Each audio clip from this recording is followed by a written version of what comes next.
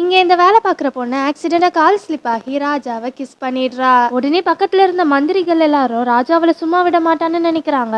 ஆனா இவ கிஸ் பண்ணதும் தான் ராஜாக்கு டேஸ்டே தெரியுது. அதாவது ராஜாக்கு என்ன சாப்பாடு சாப்பிட்டாலும் டேஸ்டே தெரிஞ்சிருக்காது. இதனால அவர் நிறைய செஃப்பை மாத்திருப்பாரு. ஆனாலும் எந்த டிஷ்ஷஸ் சாப்பிட்டாலும் டேஸ்டே தெரியல. ஆனா இவ சாப்பிடும்போது மட்டும் அவருக்கு டேஸ்ட் தெரியுது. உடனே இவ கிட்ட எனக்கு கல்யாணம் பண்ணிக்கோன்னு சொல்லி கேக்குறாரு. ஆனா இவளுக்கு போன வாரம் தான் கல்யாணம் ஆயிருக்கும். உடனே ராஜா யார் அவன், நான் பார்த்தே ஆகணும்னு அவ ஹஸ்பண்ட் அரண்மனைக்கு வர சொல்லி கட்டளையிடுறாரு. ராஜாவை பார்த்ததும் பயத்துல அவ ஹஸ்பண்ட் இவளுக்கு எனக்கு சம்மந்தமே இல்ல, இவளை நீங்களே வச்சுக்கோங்கன்னு சொல்லி பயத்துல ஓடிடுறான். உடனே ராஜா அதான் பிரச்சனை சால்வ் ஆயிடுச்சு, இனிமே நீ ஏன் கூட தான் இருக்கணும்னு சொல்றாரு.